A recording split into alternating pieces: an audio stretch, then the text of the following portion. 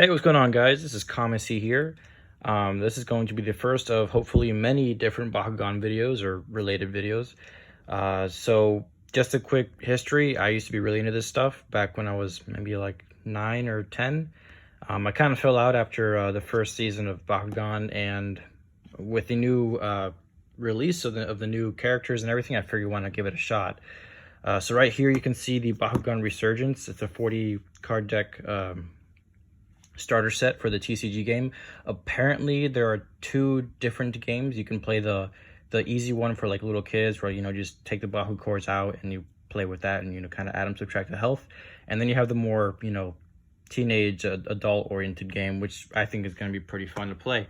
So without further ado, let's get started. Here you see a Pyrus, Chaos, and Aurelus Bakugan. Hopefully they're decent. Forewarning, I kind of opened it a little bit just to see what the cards were.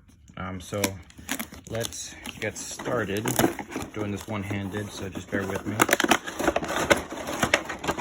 All right, so here we have the first half. We have the two Bakugan. Let's pull out the cores. Hopefully we got some good stuff.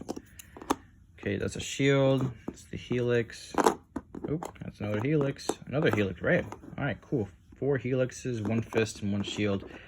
Let's see, 150 plus 2 attack, 100 base power increase, minus 100 and then plus 4 attack. So that'll be good to put on maybe your opponent's side, or maybe if you're running like a deck with like Trox with like an abysmal HP but a super high attack value, you can maybe run that core. Well, I don't even think Trox comes with that kind of style, so never mind. Oh wow, okay, so plus 500 and then minus 1 attack. That's interesting. Plus 1 frost attack. So that'll be used whenever you're laying down energy, or you're trying. So that'll be used whenever you want to make it so that your opponent's flip cards cost more to play. You use that card, and then you have minus 100 and minus 3 attack. So definitely something you want to put on your opponent's side of the helix structure. Put those aside for now. Let's get a look at these cards. So you have your 3 character cards here. You can tell they're character cards because they're black or grayish color. We have Thrino or Tyranno. He's got 300 HP and then 4 attack. And then in order to use him, you need 2 of the double helix or the helix structures if you want to use him. Next, you have Nobilious Ultra with a pretty decent balance between attack and health. So you have 500 health and 5 attack, and to play him you need a fist and a double helix.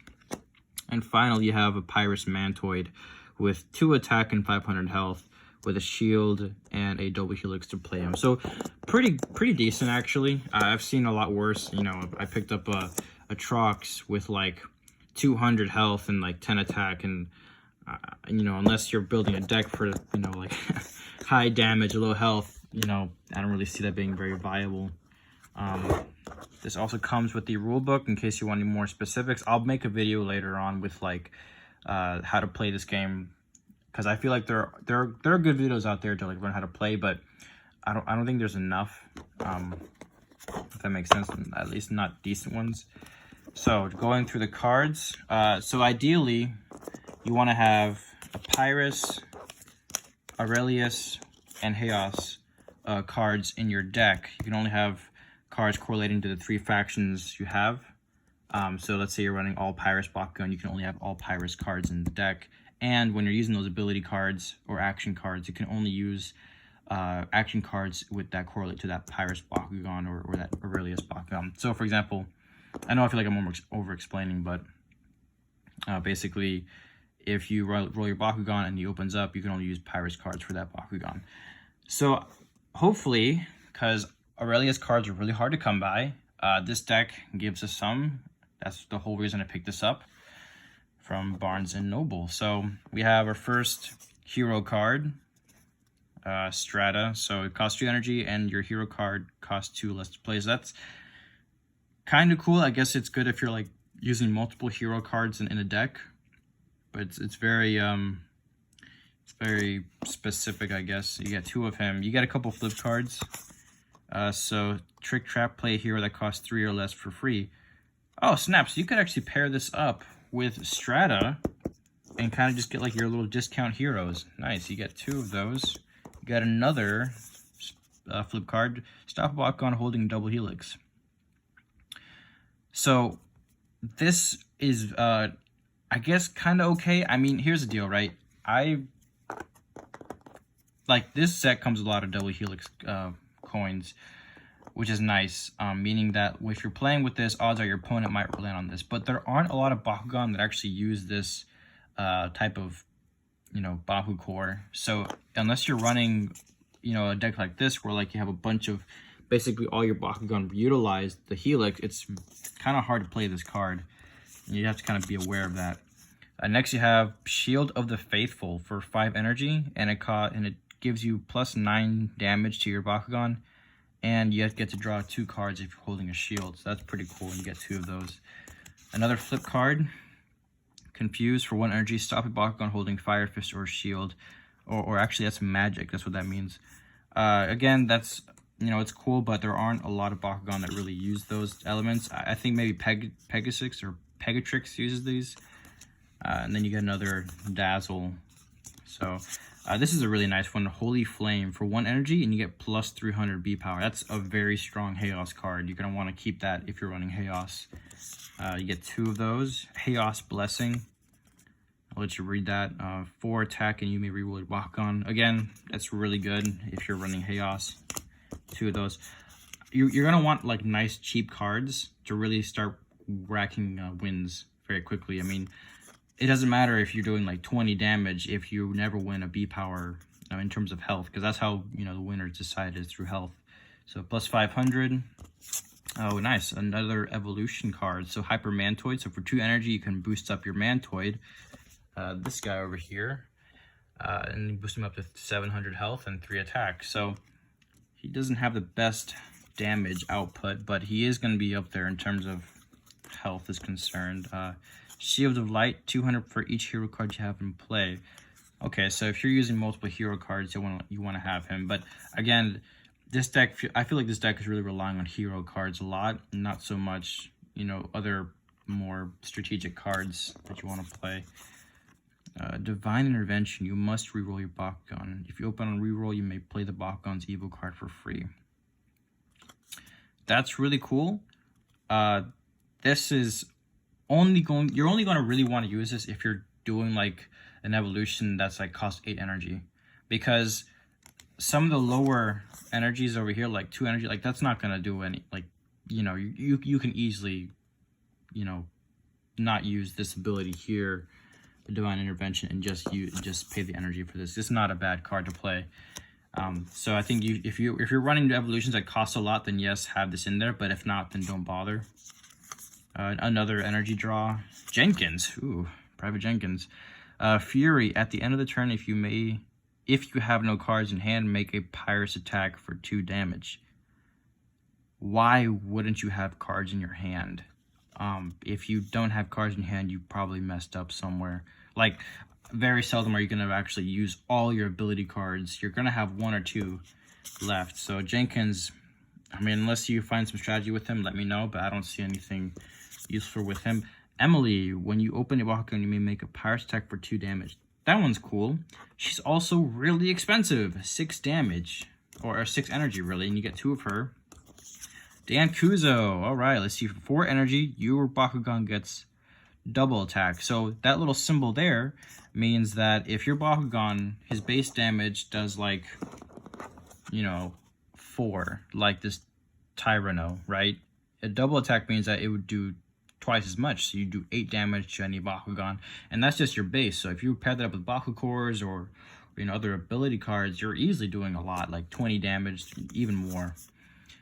Twisting Inferno for 3 energy, you remove any enemy Bakugan's Baku core and negate its effect. You place the Baku core onto the field face down.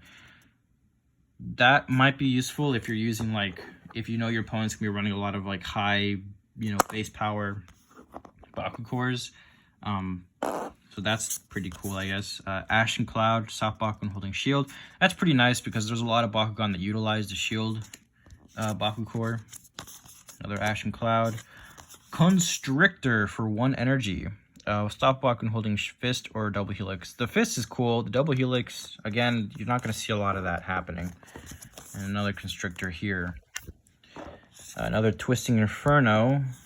Quick fire. You may reroll your make a pirate's attack for 1 energy, and you may reroll your Bakugan. This is a really strong card, especially because it's free. It's an automatic damage to any enemy Bakugan. That's really awesome, and you get 2 of him. Pirate's Heat Shield for 3 energy plus 400 fury. If you have no cards in your hand, plus 8.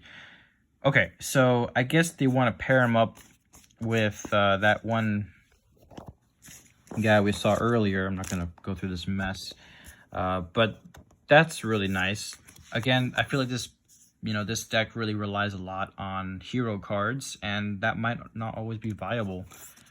You get another Pirate's Heat Shield, Anger plus 300 fury. Again, this thing's really banking on the fact that if you don't have any cards left, you can draw cards from your hand, and I think that's kind of ridiculous because, again, very seldom are you ever going to have no cards in your hand. Plus 10 damage for 4 energy, that's really powerful. That could easily just absolutely tank another opponent's deck. And dual strike. Double strike, and you may roll your Bakugan. Here's a funny thing. All I've seen so far are a bunch of Chaos and Pyrus cards, and not a single Aurelius card. So literally, the only point in picking up this deck is to get Aurelius cards for your Aurelius Bakugan, and you don't have any Aurelius cards. The issue I have is that not only are Aurelius cards really hard to come by, but if you even want to play this deck, you have to have at least 1 Aurelius card. And for them to advertise this as a deck that, you can play off the back, starter set, it's not a starter set. This isn't a complete deck. There's not a single Aurelius card that you can use. And if you don't have any cards to use Aurelius with, you can't use this Bakugan. So I think that that's a complete, I don't even know what the nice term to call it. It's not nice. It's just not really logical. It's not a good move on their part. Like, come on, guys. So this is the Bakugan Resurgence starter set. As you can see, it banks a lot on hero cards, which if that's your thing, that's fine. You got some decent cards in there, as you can see from this mess I have going on. But would I recommend this to somebody? Probably not. Because if you're not going to have the correct card to play your Bakugan with, there's no real point in buying the starter set. This is $30, all right? And they're only going to get more expensive with this whole pandemic and shipping restrictions. And then you have people out there that buy these things in bulk and then charge extraneous prices for them. So that's my thought on this starter set, at least. If you enjoyed it, please hit a thumbs up or, share the video, or, do whatever you want, really.